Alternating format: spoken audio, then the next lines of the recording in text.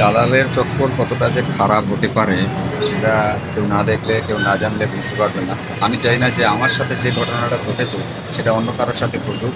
তাই জন্য এই ভিডিওটা আপনাদের কাছে তুলে ধরা। আমার ভিসা প্রসেসিং করতে অনেক দিন সময় লেগে গেছে। টিকিট আমাকে তিনবার টিকিট চেঞ্জ হয়েছে আমার।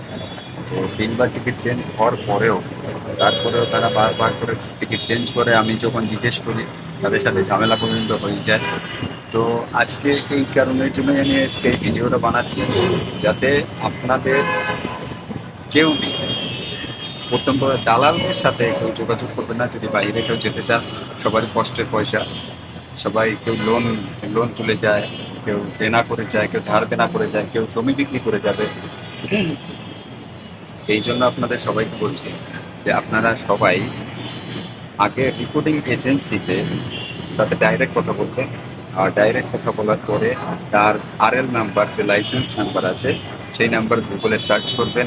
দেখবেন সেই লোকের সাথে অরিজিনালি যে গুগলে যে ফটোটা দেখায় সেই ফটোর সাথে বা তার যে ডিটেলস আছে সেই ডিটেলসের সাথে এই রিপোর্টিং এজেন্সির সাথে মিলছে কিনা, কোথায় মিলছে কিনা, বা ছবিতে মিলছে কিনা, ডিটেলসে মিলছে কিনা, তারপরে কোনো কাজে তারা হাত দেয়, যাতে আমার মতো কারো দুর্নীতি না হয়, আমার মতো কারো কেউ যেন ফেসে না যায়। তাই জন্য আজকে আপনাদের এই ভিডিওটা বানিয়ে আমি আজকে শো করতে যাচ্ছি, দেখাতে যাচ্ছি এই কারণে যে আমি ফেসেছি, যাতে আমার অন্য কোনো ভাই, বাংলাদেশের কোনো ভাই যেন তাতে আর না ভাসে। তাই জন্য কিন্তু এই ভিডিওটা আমার করা।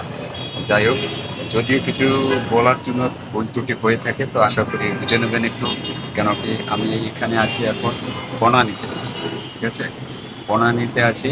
এইখানে আমার সাথে আর দ্বিতীয় কথা, আরেকটা কথা, যেটা হচ্ছে পরিচিত, যদি কোনো পরিচিত মামা, খালু, দাদা, নানি, এদের পরিচিত যদি কেউ বাইরে যাওয়ার চেষ্টা করেন, তাহলে মনে করবেন যে আপনি ভাববেন হয়তো যে পরিচিত মানুষ হয়তো একটু কম নেবে, কিন্তু এটা একদমই ভুল। পরিচিত মানুষ কোনো কম নেয় না, আরও বাস দেওয়ার জন্য তারা দাঁড়িয়ে থাকে। তো জ্বালার জগৎ খুবই খারাপ, আপনারা সবাই বুঝতে পারতেছেন। আর আপনাদের পুরো ডিটেলস আমি এই ভিডিওর মাধ্যমে তুলে ধরবো ইনশাল্লাহ। পুরো ডিটেলস A to Z আমি তুলে ধরবো। এটা আপনাকে পুরো আমি দেখাবো, যাতে আমার ইউটিউব চ্যানেল আছে, ইউটিউব চ্যানেলে আপনারা সবাই সাবস্ক্রাইব করবেন।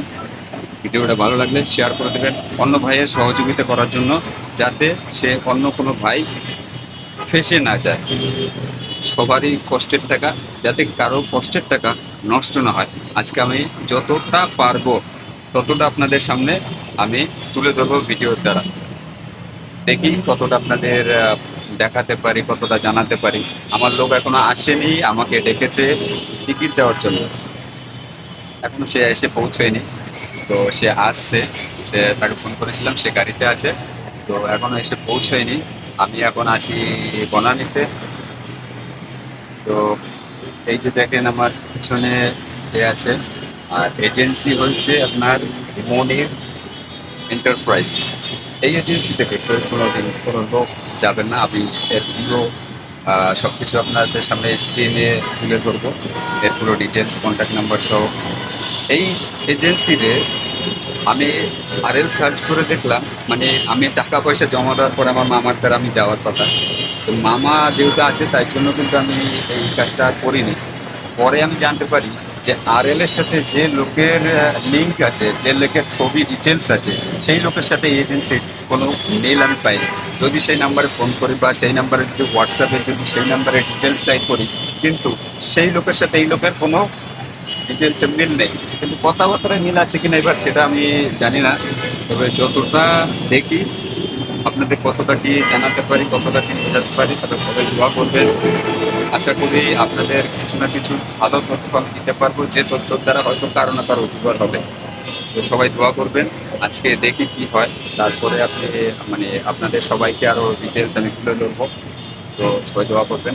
আমি এখন এজেন্সির এখানে আছি টিকিট নেওয়ার জন্য। টিকিট পেয়ে গেলেও আপনাদের আমি জানাবো, আর টিকিট হওয়ার পরে ডিটেলসটা পুরো জানাবো যে কীভাবে কী এরকম কী। আমার ফ্লাইট কালকে দেওয়ার কথা ছিল, 11 তারিখে দেওয়ার কথা আছে। তো এখন পর্যন্ত আমি টিকিট হাতে পাইনি, আমার লোক এখনো আসেনি, আসুক তারপরে আমি বুঝতে পারবো। ঠিক আছে, তো সবাই ভালো থাকবেন, দোয়া করবেন। বাকি ডিটেলস আমি দিচ্ছি নেক্সট।